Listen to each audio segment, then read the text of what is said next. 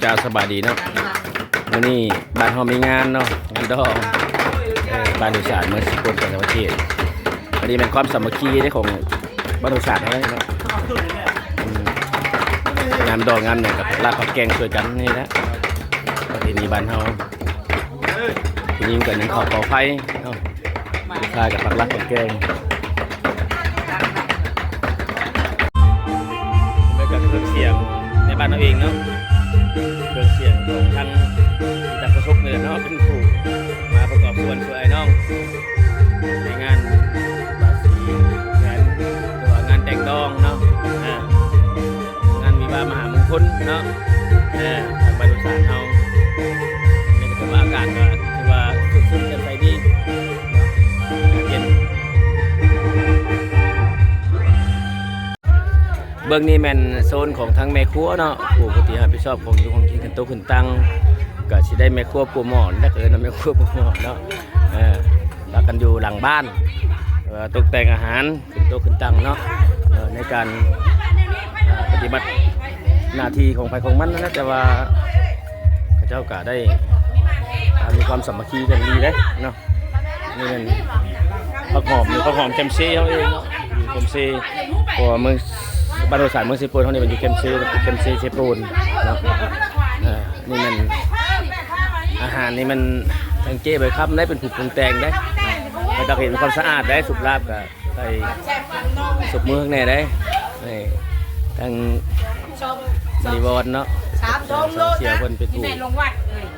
ตกแต่งหรือว่าปรุงแต่งอาหารอันนี้กับนอกนี่ก็ยังมีนะเมียงเสือได้บ้านเขาเอิ้นเมียงเสือคือว่า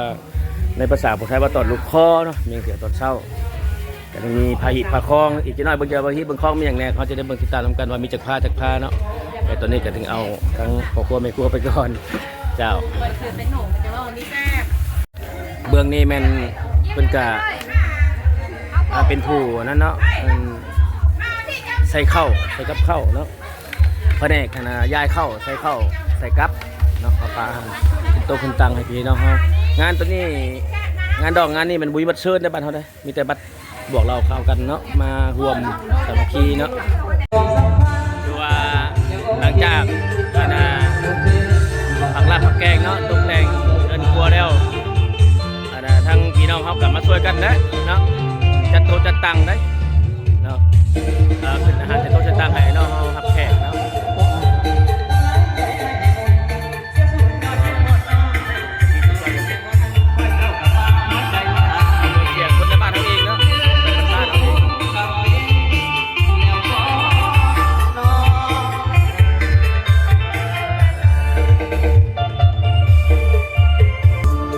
อันนี้ก็เป็นมีการตกแต่งเนาะใส่เรือประดับประยาเองในพิธีผูกแขนนี่ก็พิธีผูกแขนระหว่างน้องกองเพชรเนาะแล้วก็เตียงคำ19 เดือน 2 2016แล้วก็มีพระขวัญเนาะบาสีผูกแขนในพิธีพระขวัญในกาซิมีหมูน้อยเนาะหรือว่าเครื่องตกแต่ง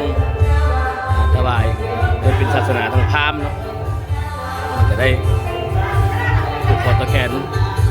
รอจะหน่อยเขาก็ที่ได้เห็นพิธีผูกแขนเนาะสวยกันนะเราจะโต๊ะจะตั้งหรือว่าเป็นโต๊ะขึ้นตั้งในการขึ้นอาหาร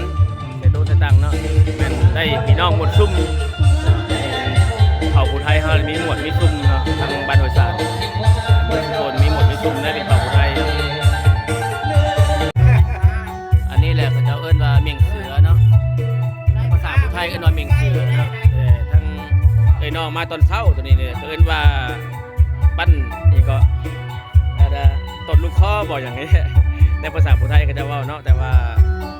น้องเขาผูกมาตอนเช้าก่อนมาช่วยตลอดเนาะ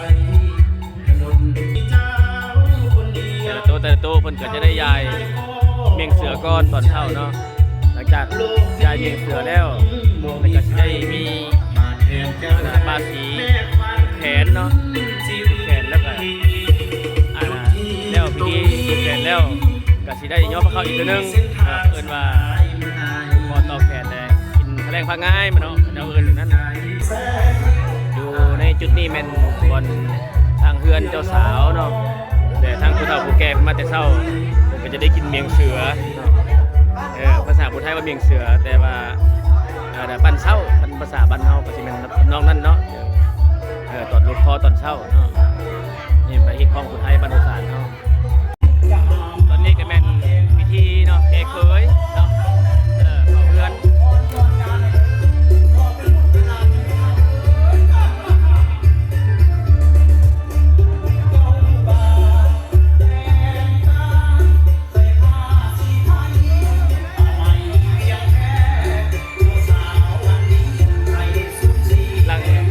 เข้าเฮือนก็มันจะมีประตูเงินประตูทองได้เนาะแล้วก็มีผู้รับเหล้าเนาะเอาไปเข้างาน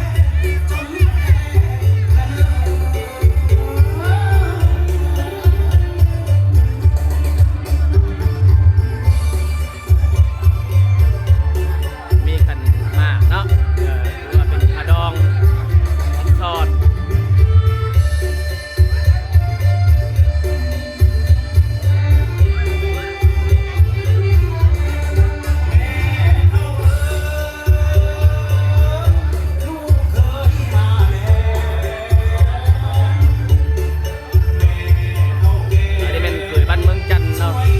บ้านห้วยสามเป็นเมืองเดียวกันเป็นเมืองเซปูน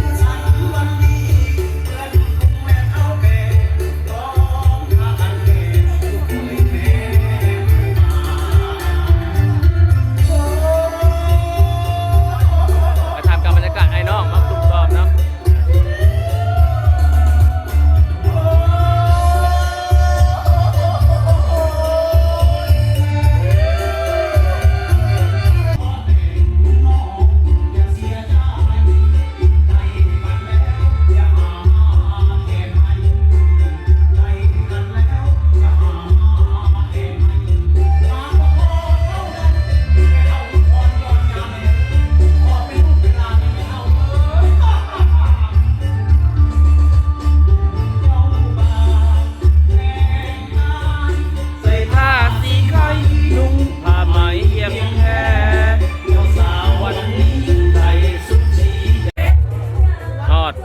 หลังจากที่ว่าผูกคอต่อแขนแล้วเนาะแต่ทั้งผู้เฒ่าเนาะผู้สุขคนบุตรที่เป็นพ่อเป็นแม่เป็นเจ้าคนลุงตาสองกำนำพายก็มาอันภาษาผู้ไทยว่าเขียนเนาะเขียนเขยหรือว่าเขียนไพ่แต่คนลาวก็สิว่าบอกสอนนั่นแหละเนาะในภาษาลาวตัวไปจะว่าบอกสอนเกี่ยวเคยหน้าหรือว่าเป็นไพ่เนาะบอกสอนหรือว่าเขียนภาษาไทยเว้าเนาะตัวนี้ก็ถือว่าแขกเนาะก็มาทางไหนตาแต่ว่าดองเขาในบุยบัตเซิร์นเนาะมีแต่บัตเอิญบอกเรากันเด้อหลักการเป็นว่าบอกเรากันซื่อหลังจากที่ว่าขึ้นโต๊ะขึ้นตังมือเช้านี่เป็นเมียงเสือเนาะหรือว่าเป็นตอนลูกคอในยามเช้าแล้วกันลูกคอตกแขนแล้วก็มันได้ย้ายพระเขาแบบเนาะย้ายพระเขาอีกรอบนึงได้ดิเนี่ยมือเช้านี่รอบขอบคุณเนาะโต๊ะขึ้นตังถ่ายออกมาเนาะถ้าลูกคอตกแขนได้มากินข้าวแล้วก็ถือว่ามันได้มาใจทักต้อนเป็นพระเก่าพระแดงพระง่ายเขาเอิ้นเนาะเป็นบาปเป็นใจว่าพระแดงพระง่ายตอนนี้กำลังไอ้น้องก็ได้สวยกันเนาะย่อพระแดงพระง่ายอันนี้เป็นทั้งบ้านเฮาได้เป็นว่าบ่มีบัตรเซิร์ชเนาะแต่กินมวนเนาะเพราะว่าเป็นเหล้าเป็นเบียร์เครื่องดื่มของแก้มที่เห็นในต้นตั้งก็มีมัดเนาะแต่ว่าก็อย่าดูความมักแพงช่วยก็ช่วยเรียกไปเนาะแล้วก็ผู้ที่ว่ามีความมวลชื่นเนาะก็ต้อง5กับมวนกันไปอีกนิดหน่อยแล้วพี่ๆเครียดแล้วก็ออกมาเปิดฮอตระบงเนาะเทศเนาะมาเล่นเพลงให้พี่น้องเขาได้บริสุทธิ์ต่อเจ้าทำมือคีย์บอร์ดเครื่องเสียงเขาน้อยๆเนาะแต่ให้มีความหมายมีความมวลชื่นเอาด้วยความจริงใจมาทำกันวันนี้ก็ถือว่าห้องยิงในห้องท้ายเนาะแล้วก็คีย์บอร์ดมวลน้ำกันเนาะเอาติดตามกันต่อไปเป็นวันหนึ่งเดียว วันนี้ก็ถือว่าเป็นการอวยพรให้เจ้าคุณทั้งหน้าทั้งฝ่ายเนาะเจ้าคุณต่างๆก็มาตามคำอวยพรใส่ให้ทั้งจังหวัดเจ้าสาวแห่งนาเดินลานเลยหรือว่านา คันนี้ก็ถือว่าทางเจ้าบ้านเจ้าสาวเนาะและก็ทางเจ้าโคตรลุงตาสองกรรมสองฝ่ายอยู่พ่อแม่ทั้งยาพาเข้าไอ้น้องเนาะก็ได้ออกมาตุ้มตอมเป็นพื้นที่สกีพยานให้ลูกให้หลานเนาะในงานแต่งงานครั้งนี้เนาะเพื่อให้มันลงตัวไปโดยดีมีบรรยากาศกับพี่กับน้องเนาะให้พระเจ้ามีเงินทำแก้วของรักให้ยาวมาอยากแปรพันทั่ววันแก่เขาลงไปทรัพย์สินเงินทองขอจงแนบน้องหลั่งไหลแม้นเกิดให้ลงทิ้งใจให้เลิศด้วยปาฏิภาอันนี้ทั้งสองสมปองเป็นคู่กันแล้วให้เป็นผัวทิพย์เมียแก้วแน่แล้วก็ความสุขสันต์แม้นยามพังหาผิดไปอภัยให้กันดวงใจสองจงหยุดมันก็คำคนหัวเดียวมีเดียว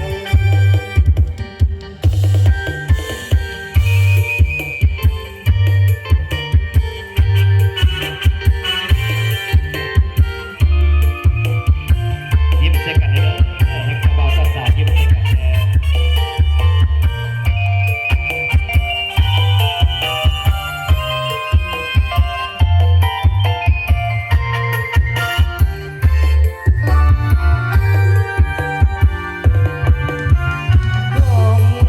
ของหักให้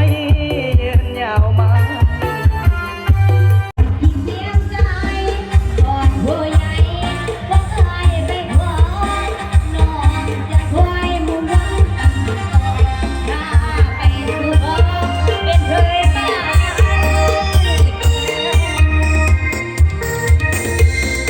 อภิการประกันในคนเปิดให้ได้ครั้งแรกที่มาที่เลยจะมาบ้านผู้ชาย ที่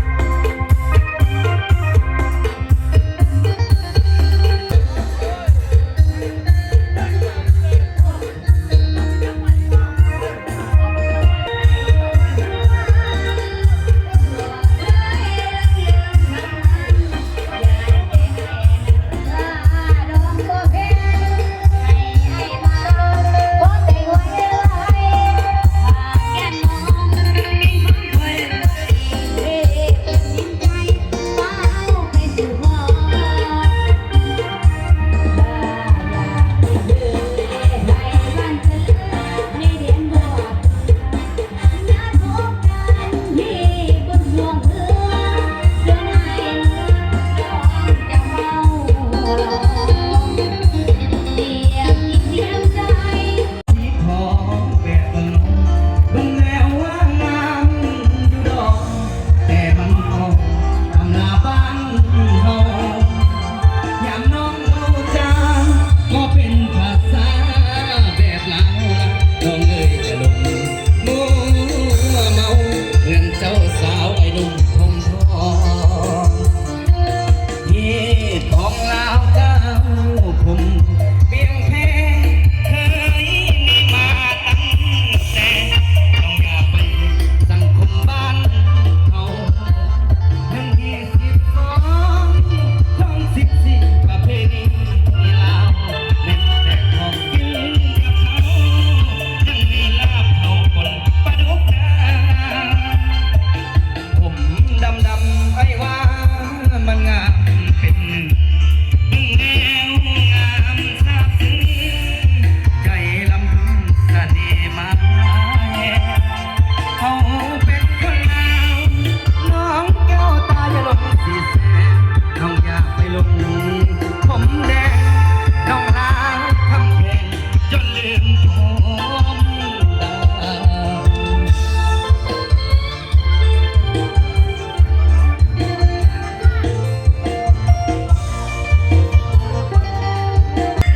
เกี่ยวกันเด้อเกี่ยวกันเด้อ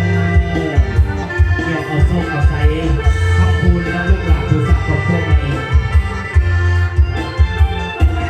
พี่ของเราเก้าผมเพียงเพลง